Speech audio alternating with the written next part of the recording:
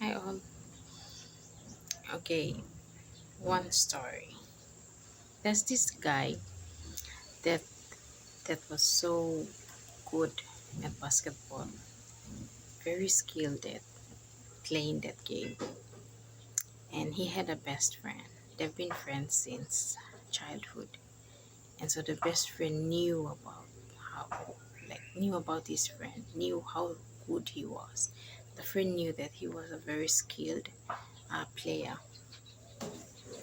and so whenever teams would hire or would go out to play, they would hire him to go play with them. And he would take his best friend with him. And they would do that like so much. They would do that most often. And so it came to a time where the best friend was gonna go because he made it out and his other friend didn't. So they graduated and the best friend was accepted to go to a university and the friend stayed back. So they lost contact, him and his best friend. They lost contact for so many years passed, and then one day the friend found him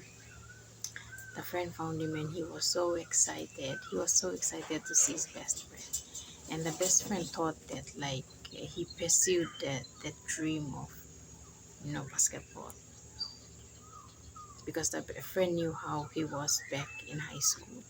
So the friend was thinking like, oh, he's now a basketball player and all of that. But then he explained to his friend. Then they had lunch and then they caught up. They were catching up, telling stories about themselves and how life was treating them and all that. And then told him that, oh no, I didn't pursue this basketball. I was drawn to this path, so I stick this way. And the friend was like, oh, okay. The friend was telling him that you are such a good player and like that interest, brought out that interest again in him. Anyway, they had lunch and then they went home. Went their separate ways. Uh, yeah, that's the end of the story. So the moral of that story is that the Bible says that before we were formed in our mother's womb, God knew who we were and He set us apart. And just like the basketball player, we came into this world and we forgot the thing that we are very good at doing. We forgot the thing that we love to do. So for so long time, and after we found our best friend, he points us to he brings back memories to us through his word and points us and lets us know that I alone know the plans I have for you. Plans to bring prosperity and not to harm you.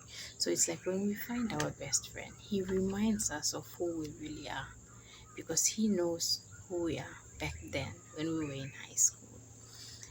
And we used to go out together. We used to hang out together, and our best friend knows us more than anyone else in this world knows us. So after some years, when we meet him, he points us back to his word, telling us that look, this is who you are. This is who you really are. And so it brings out that interest again to find out the thing that we are good at and to pursue it. The Bible says that I alone know the plans I have for you. Plans to bring prosperity and not destruction. Plans to bring about the future that we hope for. So we are here in this world pursuing things, other things. But there is something that we are really good at. We are all born with qualities. We are all born with abilities. But because we were born, we are so much influenced with um, the way of life that we were born into. We forgot the real us. But the Bible knows who we really are. And the Bible is pointing us back to that. So That was a little story that I wanted to share. Thank you for listening.